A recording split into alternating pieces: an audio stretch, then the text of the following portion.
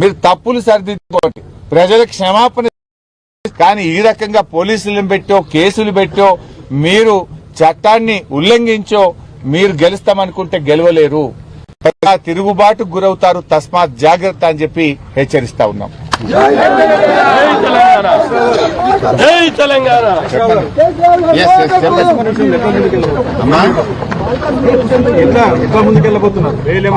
So Balka Suman విషయంలో జిల్లా కోర్టుకు అప్లై చేస్తా ఉన్నాము.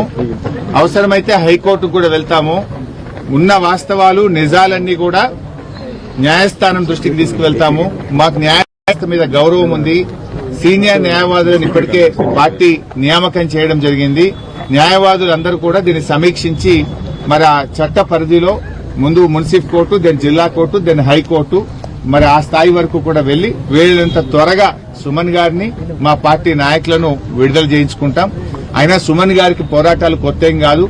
ఆనాడు సమైక్యవాదుల మీద పోరాడినటువంటి విద్యార్థి ఉద్యమకారుడు సుమన్.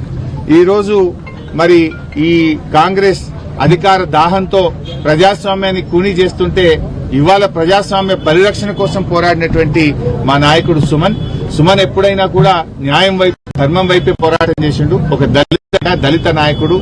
ఒక దళిత నాయకుడి మీద రేవంత్ రెడ్డి ఈ రకంగా పగా ప్రతీకారంతో అక్రమ కేసులు పెట్టడాన్ని తీవ్రంగా ఖండిస్తా ఉన్నాం. సుమన్ మీద పెట్టిన కేసులు ఎత్తివేయాలని, బేషరతుగా వెంటనే సుమన్ విడుదల చేయాలని చెప్పి కూడా డిమాండ్ చేస్తున్నాం.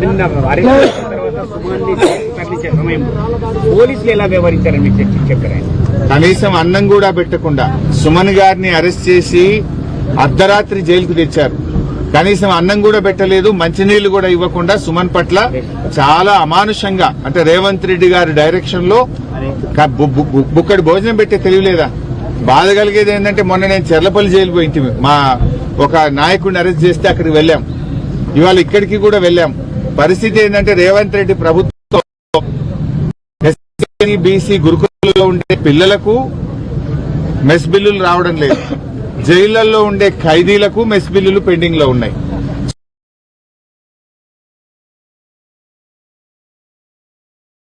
జనం పెట్టలేక పిల్లలు రోడ్ల మీదకి వస్తున్నారు.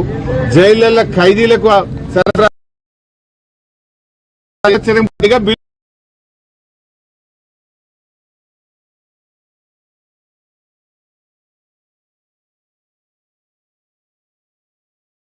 తెలియని ప్రభుత్వం ఈ రేవంత్ రెడ్డి ప్రభుత్వం.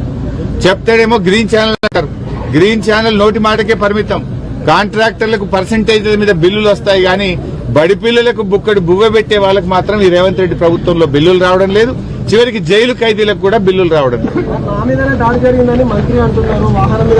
ఒక్క నిమిషం మా అన్నగారు మాట్లాడతారు. మీడియా మిత్రులందరికీ కూడా నమస్కారం. జై తెలంగాణ. ఈరోజు జైల్లో మరి బల్కా సుమన్ గారితో, మిగతా ముగ్గురు మూల రాజిరెడ్డి గారితో, మిగతా ఇద్దరితో కూడా మాట్లాడడం జరిగింది. నిజంగా చాలా బాధగా ఉంది. ఎందుకంటే నిజంగా ప్రజాస్వామ్యాన్ని బతికించాలని,